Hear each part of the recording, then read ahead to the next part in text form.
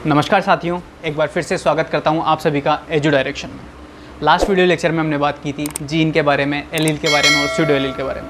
आज के video lecture में हम बात करने वाले हैं मल्टीपल एलीलिज्म के बारे में। दोस्तों, मल्टीपल एलीलिज्म को स्टार्ट करने से पहले मैं वापस से कुछ याद दिलाना चाहूँगा आपको कि हमने बात की थी किसी भी होमोलोगस गुणसूत्र के एक लोकस पर एक जीन पाया जाता है तो उसके एकांतरित रूपों को एलील कहा दिया जाता है। तो दो एकांतरित रूपों को जब एलील कह दिया जाता है, यदि वे दोनों एकांतरित रूप समान हो तो उन्हें होमोजाइगस कह दिया जाएगा। यदि वे दो एकांतरित रूप असमान हो तो उन्हें हेटेरोजाइगस के रूप में बोल दिया जाता है। तो ये तो होती है नॉर्मल कंडीशन। अब मल्टीपल एलीलिज्म क्या होता है? मल्टीपल एलीलिज्म होता क्या है, तो इसके बारे में हम डिस्कस करेंगे। मल्टीपल एलीलिज्म दोस्तों जो होता है वो ये होता है कि किसी भी एक लोकस पर यदि कोई जीन उपस्थित है तो उसके दो से अधिक एकांतरित रूप जो जब पाए जाएंगे तो उसको मल्टीपल एलीलिज्म की घटना के अंतर्गत इंक्लूड किया जाता है।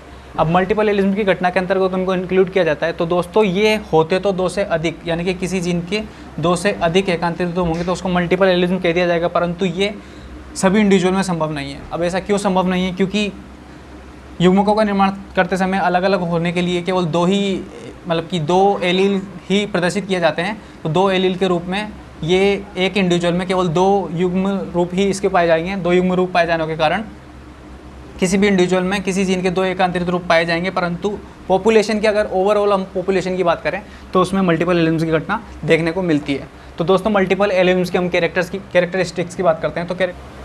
तो सबसे पहले बात करते हैं दोस्तों इसके कैरेक्टरिस्टिक्स की। कैरेक्टरिस्टिक्स के अंतर्गत हम सबसे पहले स्टडी करते हैं कि जो भी मल्टीपल एलीलिज्म होंगे, यानी कि एक जीन के जो एकांतरित रूप होंगे वो किसी भी एक ही लोकस पर उपस्थित होते हैं, यानी कि ये एक ही लोकस पर पाए जाते हैं। दोस्तों, दूसरी बात जो हम करते हैं वो ये करते हैं कि किसी भी जीन के जो अनेक एकांतरित रूप होते हैं वो एक लक्षण के अनेक विकल्पों को हमें प्रदर्शित करते हैं या हमें प्रदान करते हैं। एक लक्षण के अनेक विकल्प प्रदान करते हैं मल्टीपल एलील। और तीसरी बात हम दोस्तों करें तो ये जब एक ही लक्षण को प्रभावित करते हैं, ये सभी मिलकर के एक ही लक्षण को प्रभावित करते हैं। तो ये कैरेक्टरिस्टिक्स है दोस्तों कुछ जो मल्टीपल एलीलिज्म के अंतर्गत शो की जाती है। हम अब इसके एग्जाम्पल के बारे में डिस्कस करना चाहेंगे। जो सबसे मोस्ट 3 इंपॉर्टेंट एग्जाम्पल है इसके, जो सबसे ज़्यादा कॉमनली स्टडी किए जाते हैं। फर्स्ट एग्जाम्पल की बात करते हैं हम। ABO ब्लड ग्रुप होता है वो ह्यूमन में। सेकेंड एग्जाम्पल की अगर हम बात करें तो ये HLA जीन होगा दोस्तों। इसकी फुल फॉर्म लिखें हम तो ह्यूमन ल्यूकोसाइट एसोसिएटेड एंटीजन। होता क्या है इसके बारे में हम आगे अभी एग्जांपल्स में डिस्कस करेंगे जब इनको सेपरेटली स्टडी करेंगे।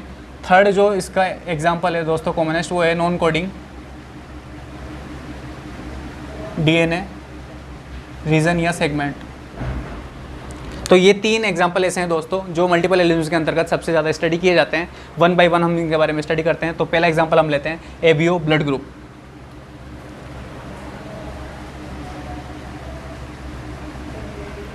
तो दोस्तों, ABO ब्लड ग्रुप में होता क्या है, इसको मल्टीपल एलीलिज्म में क्यों इंक्लूड किया गया? तो ABO ब्लड ग्रुप दोस्तों ह्यूमन में जो ब्लड ग्रुप होता है वो 3 प्रकार के एलीलो ABO के द्वारा प्रदर्शित किया जाता है, इसीलिए इसको मल्टीपल एलीलिज्म के अंतर्गत इंक्लूड किया गया था। तो जो मनुष्य में ब्लड ग्रुप होता है उसको I जीन निर्धारित करता है। जब दोस्तों इस I जीन की द्वारा इसको ब्लड ग्रुप को निर्धारित किया जाता है, जब RBC की जो सरफेस होती है दोस्तों, इसके ऊपर यदि A प्रकार के एंटीजन पाए जाते हैं तो ब्लड ग्रुप A आ जाता है। यदि इसके ऊपर B प्रकार के एंटीजन पाए जाते हैं तो ब्लड ग्रुप B आ जाता है। यदि इसके ऊपर दोनों प्रकार के एंटीजन पाए जाते हैं तो ब्लड ग्रुप AB आ जाएगा। और यदि इसके ऊपर कोई भी प्रकार का एंटीजन उपस्थित नहीं होगा तो ये O ब्लड ग्रुप प्रदर्शित करता है। अभी ऐसी कौन कौन सी पॉसिबिलिटीज़ हैं जिसके अंतर्गत ये ब्लड ग्रुप पाए जा सकते हैं? तो दोस्तों हम देखेंगे कि I जीन जो होता है ब्लड ग्रुप को निर्देशित करता है। तो I का मतलब होता है आइसो हीमोग्लूटेनिन। तो दोस्तों कौन कौन सी पॉसिबिलिटीज़ हो सकती है जिसमें ब्लड ग्रुप A पाया जाएगा? तो या तो IA और I0 यहाँ पर पाया जाए तो ब्लड ग्रुप A हो सकता है। IA यानी कि दोनों प्रभावी आए तो ब्लड ग्रुप A हो सकता है दोस्तों। सेम यही कंडीशन B के बारे में आ जाएगी। IB और I0 हो तो ब्लड ग्रुप बी हो सकता है दोस्तों, और दोनों प्रभावी कंडीशन पाई जाए इसके ऊपर तो ब्लड ग्रुप बी हो सकता है। यदि दोनों एंटीजन एक साथ पाए जाएं तो ब्लड ग्रुप ए भी हो सकता है, इसकी केवल एक ही पॉसिबिलिटीज़ होती है। और यदि उसका उल्टा भी ले सकते हो पर उसका मतलब वही होगा। और यदि किसी भी प्रकार के एंटीजन की उपस्थिति ना हो तो ब्लड ग्रुप ओ होगा।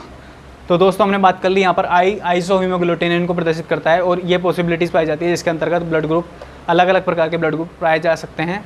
तो ये होता है ABO blood group in human, जो मल्टीपल एलिमेंट्स के अंतर्गत स्टडी किया जाता है दोस्तों। जिसमें ये ए बी होता है, ये सह प्रभावी होता है, ये दोनों सह प्रभावी होते हैं, यानी कि ए बी अपना प्रभाव पूर्ण रूप से प्रदर्शित करता है और बी भी अपना प्रभाव पूर्ण रूप से प्रदर्शित करता है। इसको हम कोडोमिनेंस के अंतर्गत भी स्टडी कर सकते हैं।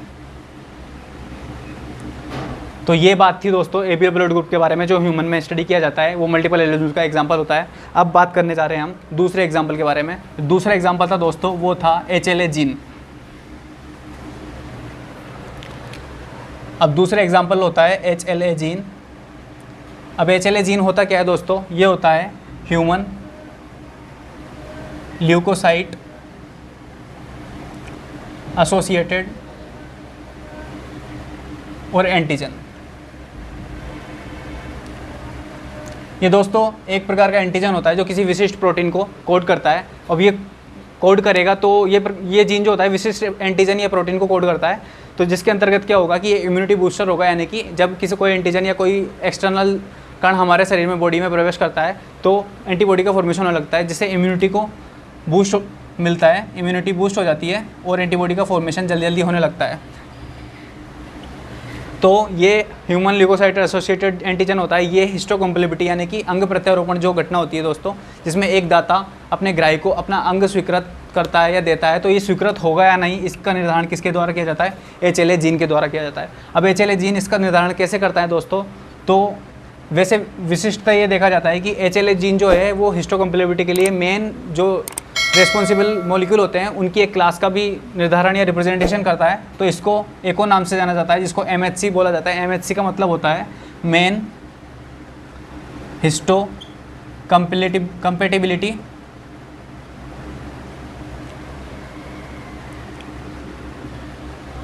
और कॉम्प्लेक्स। मेन हिस्टोकम्पेटिबिलिटी कॉम्प्लेक्स होता है दोस्तों, जिसके द्वारा अंग प्रत्यारोपण के अंतर्गत उसकी स्वीकृति होगी या नहीं इसका निर्धारण किया जाता है। तो इसके अंतर्गत हम पता चलेंगे कि इसका निर्धारण कैसे किया जाता है। तो दोस्तों जो मेन विशेषता होती है HLA की, वो होती है इसकी हाई पॉलीमॉर्फिज्म। ये अत्यंत बहुरूपता प्रदर्शित करता है। तो दोस्तों अत्यंत बहुरूपता प्रदर्शित करने का मतलब होगा कि किसी भी एक लोकस पर इसका अनेक हजारों या सैकड़ों एलील पाए जा सकते हैं, और उसमें से यदि किसी एक एलील का भी अंतर या फिर मतलब असमानता पाई जाती है, कंप्लीमेंट्री नहीं पाया जाता वो, तो उसको ये नकार देता है, यानी कि अंग प्रत्यारोपण सफल नहीं हो पाता। तो हम मान सकते हैं कि यदि किसी ह्यूमन में 5 HLA जीन भी पाए जाएँ तो कितने एलील्स का हो जाएगा, उसमें से यदि एक एलील भी समान या मैच नहीं करता है तो ये जो ऑर्गन ट्रांसप्लांट होता है वो अस्वीकृत हो जाता है। तो इसके द्वारा हम समझ सकते हैं कि अंग प्रत्यारोपण में HLA जीन कितनी महत्वपूर्ण योगदान निभाता है। तो इसके साथ ही ये एग्जाम्पल पूरा होता है। तीसरे एग्जाम्पल की दोस्तों हम बात करने वाले हैं। तीसरा एग्जाम्पल होता है जो नॉन कोडिंग DNA क्षेत्र।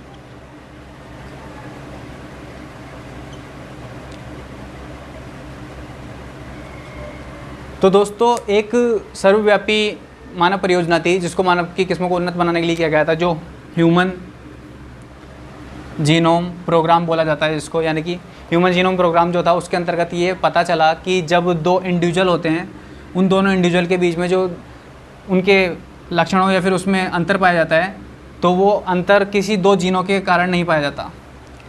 मतलब कि किसी दो इंडिविजुअल होते हैं, उन दोनों इंडिविजुअलों के अंतर जो पाया जाता है लक्षण विशिष्ट को लेकर, वो लक्षण विशिष्ट को लेकर अंतर दो जीनों के कारण नहीं पाया जाता, अपितु उन दोनों के बीच में पाए जाने वाले नॉन कोडिंग रीज़न के कारण पाया जाता है। अब ये नॉन कोडिंग रीज़न होते क्या है दोस्तों, मानव के संदर्भ में हम सबसे ज़्यादा स्टडी किया जाता है वो नॉन कोडिंग रीज़न कहलाता है माइक्रो सैटेलाइट DNA। अब दोस्तों माइक्रो सैटेलाइट DNA होता क्या है, जनरली माइक्रो सैटेलाइट DNA जो होता है वो 20 से 30 न्यूक्लियोटाइड यानी एक प्रतिकृत रेप्लिकेट होने वाला एक छोटा सा डीएनए सेगमेंट होता है जो कंप्लीट ह्यूमन जीनोम में अनेकों बार प्रतिकृत या रेप्लिकेशन प्रदर्शित करता है, उसको माइक्रोसैटेलाइट डीएनए का बोला जाता है। अब मानव के संदर्भ में जो सबसे ज़्यादा स्टडी किया जाने वाला माइक्रोसैटेलाइट डीएनए होता है वो डाई न्यूक्लियोटाइड हम ले लिया जाता है, डाई न्यूक्लियोटाइड दोस्तों ले लिया जाता है। डाई न्यूक्लियोटाइड के अंतर्गत हम AC ले सकते हैं। अब इसको मल्टीपल एलिज्म के अंतर्गत स्टडी क्यों किया गया, तो हम देखते हैं कि जो कंप्लीट मानव जीनोम जो होता है उसके अंतर्गत ये लगभग 1 लाख बार रिपीट होता है या 1 लाख बार इसकी प्रतिकृति पाई जाती है, इसलिए इसे मल्टीपल एलिज्म के अंतर्गत स्टडी किया गया था दोस्तों। यदि कि हम उदाहरण के रूप में लें, किसी एक लोकस पर डाइन्यूक्लियोटाइड AC का क्रम इस प्रकार पाया जाता है और अन्य लोकस पर इसी डाइन्यूक्लियोटाइड का क्रम इस प्रकार पाया जा सकता है।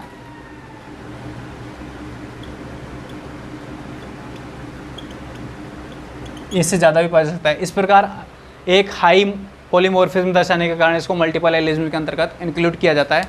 और जो मेन जीन है और उसके बाद में बनने वाले जितने भी म्यूटेंट या एलील होते हैं उसके, वो सभी उत्परिवर्तन के द्वारा उत्पन्न होते हैं दोस्तों। तो उत्परिवर्तन से हम बात करते हैं कि इनका ओरिजिन कैसे होता है। तो जैसे कि अभी हमने बात की ओरिजिन की, अगर हम बात करें मल्टीपल एलिज्म की, तो ओरिजिन जो होता है दोस्तों इनका वो ओरिजिन होता है 3 कारणों से। 3 कारणों से इनका ओरिजिन स्टडी किया जाता है। फर्स्ट होता है म्यूटेशन।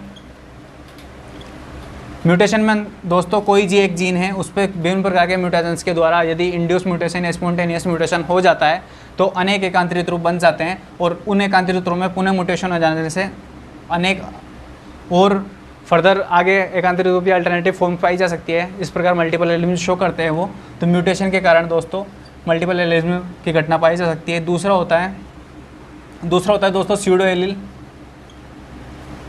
तो स्यूडो एलील की घटना के अंतर्गत हमने देखा था कि एक जीन के ठीक बाद में पाए जाने वाला जीन जो एलिज्म टेस्ट में एलीलिक प्रभाव प्रदर्शित करता है उसको स्यूडो एलील बोलते हैं। तो स्यूडो एलील को भी एलील ही इंक्लूड किया जाता है कार्यात्मक रूप से या फिर फिजियोलॉजिकल रूप से हम देखें, बस केवल वह स्थितिक रूप से एलील नहीं होता है, बाकी तो वो एलील ही होता है, मतलब एलील के रूप में ही स्टडी किया जाता है दोस्तों। स्यूडो एलील जो होता है वो किसी जीन के ठीक बाद में पाए जाने वाला अल्टरनेटिव जीन होता है जिसको एलिज्म टेस्ट में एलीलिक प्रभाव प्रदर्शित करता है, जो फिजियोलॉजिकल रूप से तो एलील होता है परंतु स्थितिक रूप से एलील नहीं होता है। तो इस प्रकार से स्यूडो एलील के द्वारा मल्टीपल एलिज्म का ओरिजिन हो सकता है। तीसरा जो दोस्तों ओरिजिन होता है इसका ट्रांसपोजिशन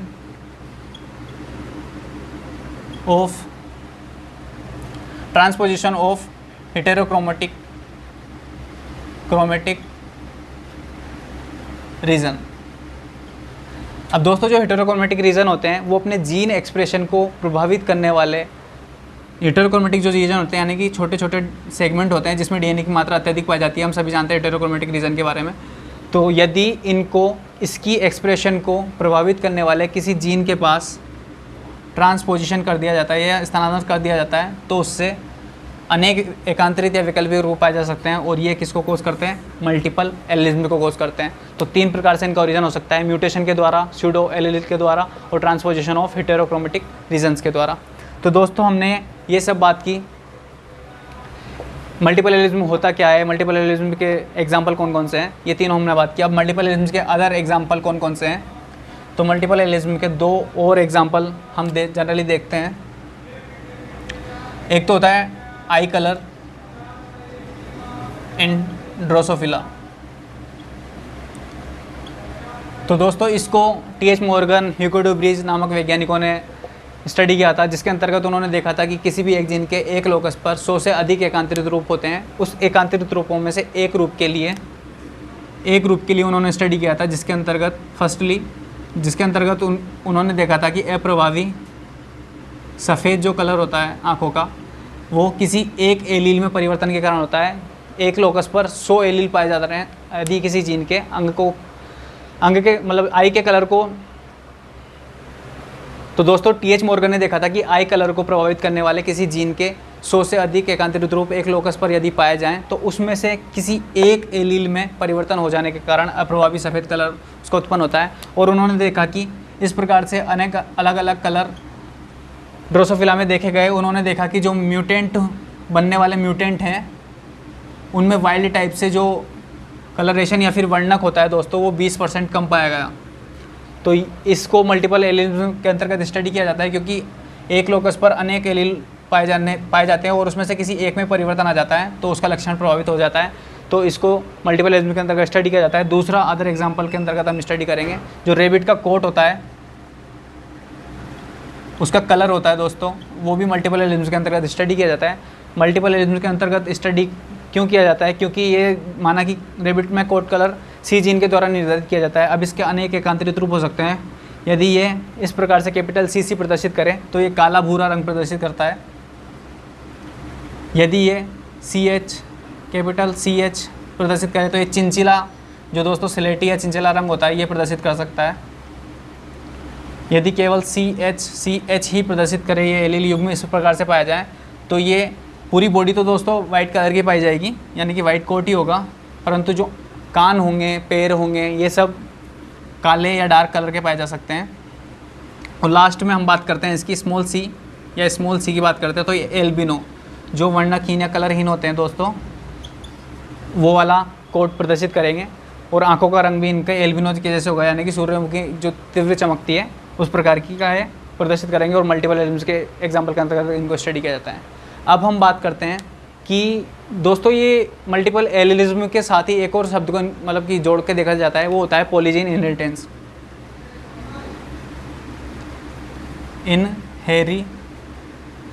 अब पॉलीजीन इनहेरिटेंस और मल्टीपल एलिज्म में बेसिक अंतर क्या पाया जाता है? तो मल्टीपल एलिज्म जो होता है उसके अंतर्गत किसी एक जीन के अनेक एकांतरित रूप होते हैं, वो एक लक्षण को प्रभावित करते हैं। और पॉपुलेशन में तो वो एक जीन के अनेक एकांतरित रूप पाए जाते हैं, परंतु किसी इंडिविजुअल में 2 ही एकांतरित रूप पाए जा सकते हैं। और पॉलीजीन इनहेरिटेंस के अंतर्गत क्या होता है दोस्तों? किसी भी एक लक्षण को अनेक जीनों के द्वारा नियंत्रित किया जाता है। अब इसका एग्जाम्पल अभी हमें पता होना चाहिए। आजकल जो स्किन कलर होता है दोस्तों, उसको माना जाता है कि 3 जीन के द्वारा ये निर्धारित किया जाता है। तो हम नॉर्मल कंडीशन में देखते हैं किसी भी एक जीन के 2 एकांतरित रूप पाए जाएंगे किसी इंडिविजुअल में। तो इस प्रकार से ये 6 एलीलों को प्रदर्शित करेगा दोस्तों। तो मल्टीपल एलिज्म से इस प्रकार से पॉलीजीन इनहेरिटेंस भिन्न है, क्योंकि ये 3 जीनों के द्वारा, यानी कि अलग अलग लोकस पर पाए जाने वाले जीनों के द्वारा एक लक्षण को प्रभावित किया जाता है। जबकि इसके अंतर्गत एक ही लोकस पर पाए जाने वाले जो जीन हैं उनके विभिन्न एकांतरित रूपों के द्वारा एक लक्षण को प्रभावित किया जाता है। अब हम बात करते हैं कि दोस्तों इम्पोर्टेंस इसकी क्या है, क्या आवश्यकता पड़ी या फिर क्या फ़ायदा पहुँचाता है ये मल्टीपल एलिज्म। तो दोस्तों जो मल्टीपल एलिज्म होता है वो किसी भी एक लक्षण को अनेक वैकल्पिक रूप होते हैं उनको प्रदान करता है। तो पहला इम्पोर्टेंस है जो इसकी, वो है अनेक वैकल्पिक रूप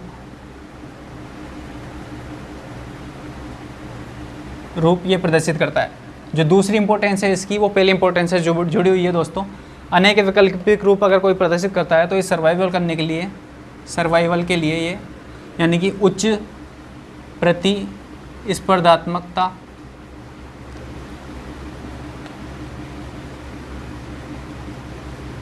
को प्रदर्शित या निरूपित करते हैं।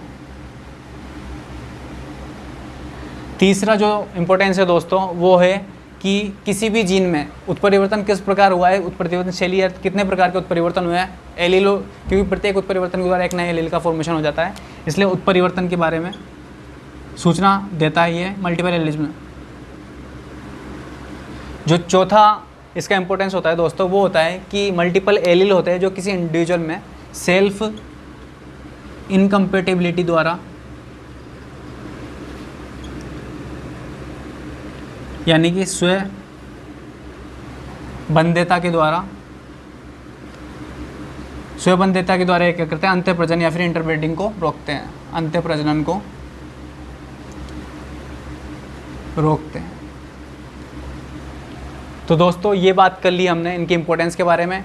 आज की वीडियो में इतना ही। अगले वीडियो लेक्चर में हम आगे फर्दर टॉपिक्स पे डिस्कस करेंगे। आपके हमारे सुझाव कमेंट बॉक्स में बता दीजिए, और कौन कौन से वीडियो आपको अन्य टॉपिक्स पर चाहिए उनको भी आप कमेंट बॉक्स में बता सकते हैं। वीडियो को लाइक कर दीजिएगा, वीडियो को शेयर कर दीजिए और हमारे चैनल को सब्सक्राइब कर दीजिएगा। Thank you so much.